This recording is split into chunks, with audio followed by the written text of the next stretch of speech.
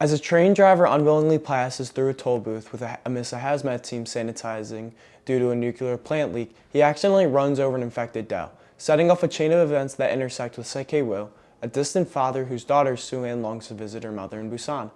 Boarding a train bound for Busan, Sek-Woo and Soo-An find themselves amidst a zombie outbreak, along with a diverse group of survivors. As chaos ensues, alliances form and break, sacrifices are made, and Sek-Woo ultimately confronts his own shortcomings as a father while trying to get Soo-An to safety.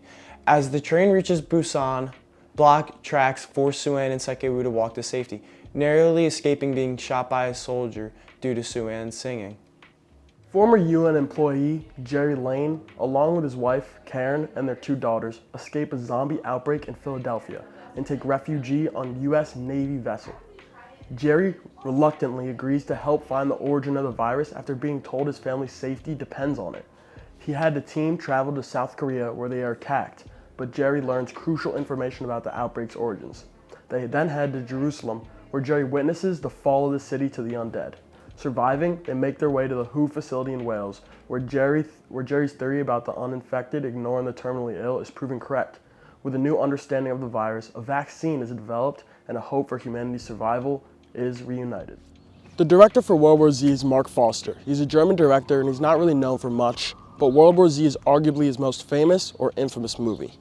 In most interviews he's given about the movie, it's none the more obvious that he wanted to take a popular IP and turn it into a Brad Pitt movie. I think it's a perfect summer movie because you have, like, on one hand you have this actor, which Brad Pitt plays, you can connect with. On the other hand, you have this global kind of epidemic that happens he's up against. So I think it has all the elements for, the perfect entertainment. While Brad Pitt is a great actor, he's not as good a producer. He's a great actor and comedy star, but in this movie he needs to take on a darker role, and that's when his production skills really don't show. One of it, if not the most difficult parts of writing, is making the protagonist in World War Z. This idea is really shown in Jerry Lane, our main protagonist.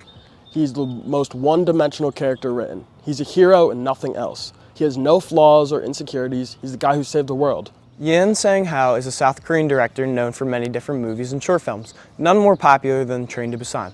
In this film, Sang-ho goes for an underused aspect of direction, which is confinement. In most movies, movement is key, as well as the idea of the setting. While this is also true in Train to Busan, Sang-ho takes a different approach to these ideas. Instead of the characters moving from one scene to another, they are stationary, just moving through identical train cars as a reflection of the characters. But it's not just due to this confinement. There isn't much room for fighting off zombies, as you see in most movies, so they don't. Most of the movie is spent moving up in the cars to avoid fighting the zombies. The animation director of World War Z is Andy Jones. The film used groundbreaking visual effects to create zombie hordes and action sequences. The fast-moving zombies, referred to as sprinters, required CGI work to achieve their terrifying appearance and movements. The visual effects team employed a combination of practical effects, CGI, and motion capture technology to bring the zombies to life. There was a mix of CGI and actors, and fully CGI versions of the actors. They added enhancements with photo editing techniques as well. They really used CGI for scenes humans could not do. They used CGI helicopters and gave the zombies deep, hollow sounds. These movies are as clear as night and day. The main differences can be split up into 2 parts, which is the protagonist and how each of them respond to the zombie apocalypse.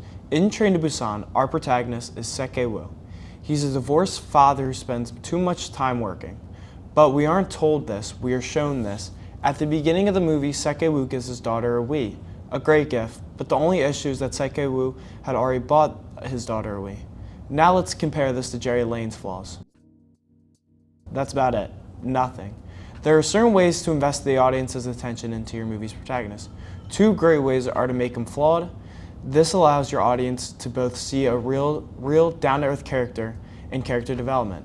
Make your character learn something throughout the story that changes their characterization in some sort of way. Young Sang-ho does this perfectly.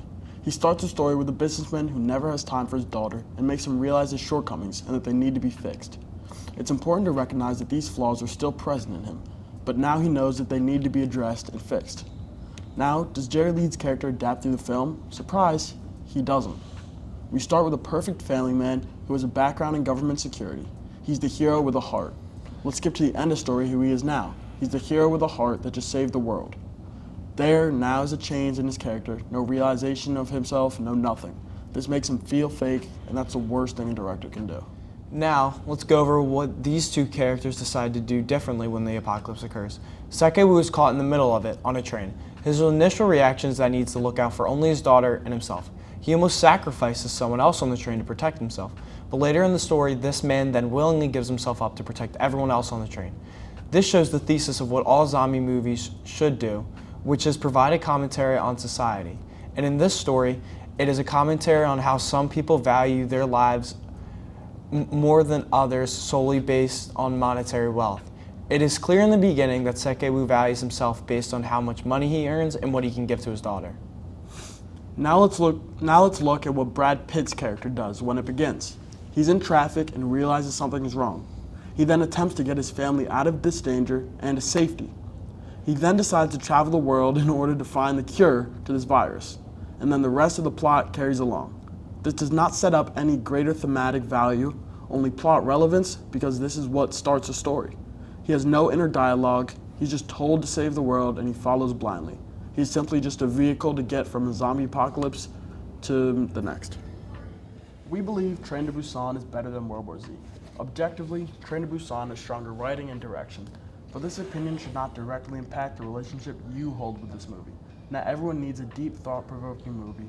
Sometimes you truly just need something that you find exciting, and for that, we believe both movies completely succeed.